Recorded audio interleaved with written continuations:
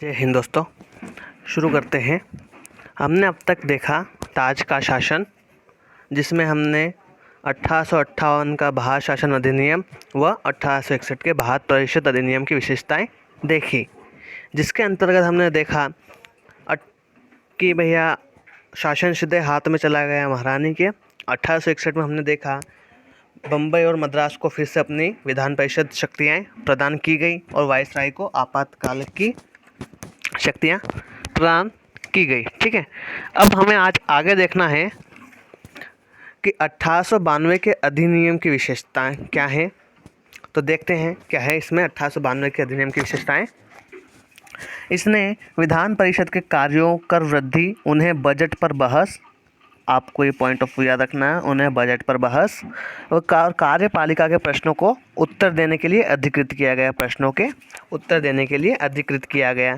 इसका क्या मतलब कि भैया जब भारत के लोगों को शामिल कर लिया गया है किसी भी बिल या किसी भी सदन में जाकर बैठने के लिए, तब उनको क्या कार्य सौंपा गया? उनको यह कार्य सौंपा गया कि वह किसी भी बजट या किसी भी बिल पर क्या करें, बहस कर सकते हैं। वह जो प्रश्न पूछे जाएं उसके क्या दे सकते, केवल उत्तर दे सकते हैं।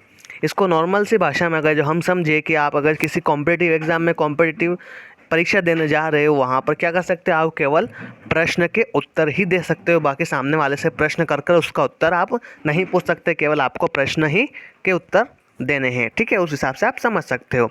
मतलब कि आप केवल बहस कर सकते हैं, यानी किसी भी बजट किसी भी बिल पर क्या कर सकते हैं, बहस कर सकते हैं और प्रश्नों के उत्तर दे सकते हैं। ठीक है, इसके लिए आपको क्या किया गया, अधिकृत किया गया, यानी आपको यह परमिशन ग्रांटेड की गई। ठीक है, किसके द्वारा ग्रांटेड की गई भैया, वहाँ की सरकार के द्वारा ग्रांटेड की गई। कब?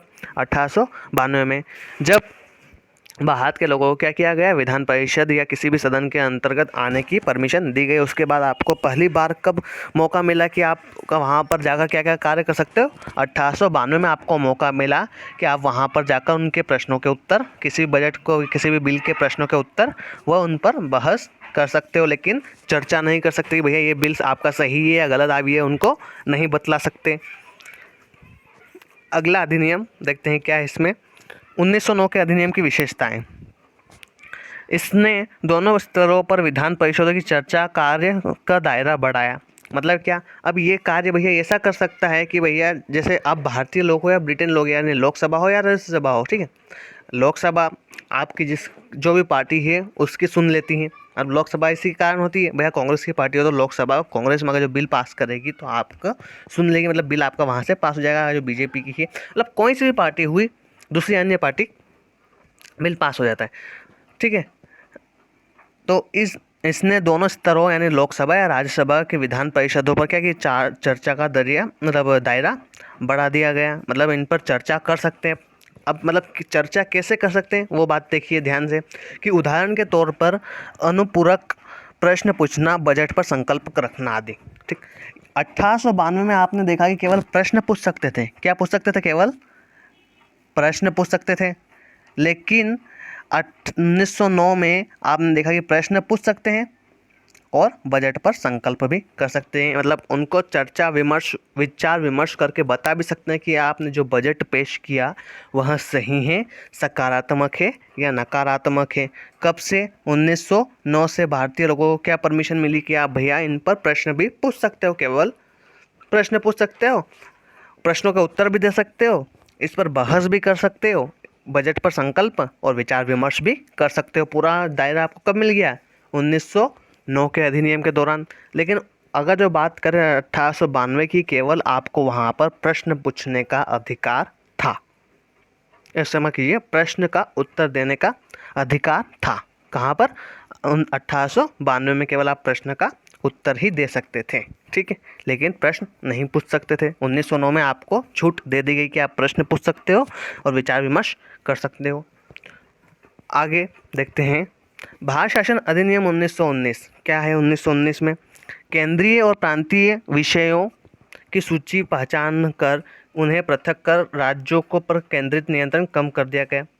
अब यह प्रांतीय को आप राज्य मानकर चलिए, समझने के लिए प्रांत राज्य ही बनेंगे आगे जाकर। राजा महाराजा थे इसलिए प्रांत नाम दे दिया गया। ठीक है, राज्य ठीक है, राज्य मानकर चलिए कि भैया यह राज्य है, मतलब केंद्र सरकार और राज्य सरकार की बात हो रही है यहाँ पर, केंद्र सरकार और राज्य सरकार की बात हो रही है। मतलब केंद्रीय और प्रांतीय विषयों की सूची की पहचान कर उन्हें पृथक पृथक कर राज्यों पर केंद्रित नियंत्रण कम कर दिया गया। इसका मतलब क्या कि भैया जो शक्तियाँ केंद्र के पास थी, राज्य की शक्तियाँ अभी किसके पास थी, केंद्र के पास थी, उसने केंद्र को लौटा दी। यानी अब केंद्र अपने हिसाब से चल सकता है। जब शुरुआत हुई थी तब केंद्र को समझ कीजिए, राज्य को केंद्र के हिसाब से या प्रांतों को राज्य केंद्र के हिसाब से चलना पड़ता था। मतलब केंद्र जो भी कहती थी वह कार्य राज्य सरकार को या राज्यों को करना पड़ता था। ठीक है, यानी किसके इशारे पर चलती थी, केंद्र के। लेकिन 1919 के अधिनियम में क्या किया गया कि केंद्र ने उसका नियंत्रण कम कर दिया गया। मतलब राज्यों को उनकी शक्तियां प्रदान की गई कि आप अपना राज्य चलाइए। यानी मुख्यमंत्रियों को क्या कर दिया गया, मान सकते हो आप, आज़ाद कर दिया गया, आप अपने सरकार अपने राज्यों में चलाइए। ठीक है, दूसरा पॉइंट, केंद्रीय और प्रांतीय विधान परिषद को अपनी सूचियों के विषयों पर विधान बनाने का अधिकार प्रदान किया गया। ये बहुत महत्वपूर्ण पॉइंट है कि भैया कोई सी भी केंद्र तो एक ही है, कोई सा भी राज्य या कोई सा भी प्रांत अपनी खुद की विधान परिषद की सूचियां क्या कर सकता है, बना सकता है, खुद का अधिकार प्राप्त कर सकता है, खुद पर कोई कानून लागू कर सकता है। जब कोई राज्य खुद पर कानून लागू करेगा तो वह केंद्र पर लागू नहीं होगा, ये आप समझ लीजिए। लेकिन जब केंद्र कोई सी भी कानून लागू करेगा तो वो सारे संपूर्ण राज्यों पर क्या होगा, लागू होगा। ठीक है, लेकिन राज्य लागू करेगा तो केवल अपने राज्य के अंतर्गत ही लागू कर सकता है, लेकिन केंद्र करेगा तो वह पूरे राज्यों पर, सब पर लागू होगा। ये आपको बात याद रखनी है यहाँ पर। तो केंद्रीय और प्रांतीय विधान परिषद अपनी सूचियों के विषय पर विधान बनाने का अधिकार प्राप्त किया भैया कि केंद्र सरकार क्या कर सकती है, अपने तरीके से अपना कानून या अपने विधान परिषद का विधायक बना सकती हैं। ठीक है, अगला, लेकिन सरकार का ढांचा केंद्रीय और एकात्मक ही है, आगे ही रहा। कर सकते हो आप, एक मिनट, क्या कर सकते हो, रहा। ठीक, क्या हुआ कि लेकिन केंद्र सरकार और राज्य सरकार का जो ढांचा था या किसी सरकार, मतलब केंद्र सरकार का जो ढांचा था वह राज्य सरकार के प्रति क्या था, एकात्मक ही था। मान लो कि अगर आज एमपी ना होता तो क्या होता, एक देश होता। एमपी राज्य ना तो क्या होता, अपना देश अलग बना रहता। छत्तीसगढ़ अपना, पंजाब अपना, मतलब अलग अलग राज्य अलग अलग क्या कर सकते थे, अपना देश बना सकते थे। ठीक है, लेकिन जब एकात्मक हो गए, तब मिल गए, तो क्या हो गया, पूरा एक भारत का निर्माण हो गया। इसी से हमें पता चलता है कि क्या है कि केंद्र सरकार का ढांचा राज्य सरकार के प्रति एकात्मक हैं, दोनों सरकारें एकीकृत यानी एक ही हैं, एक ही प्रकार से कार्य करती। ठीक, हालांकि 1919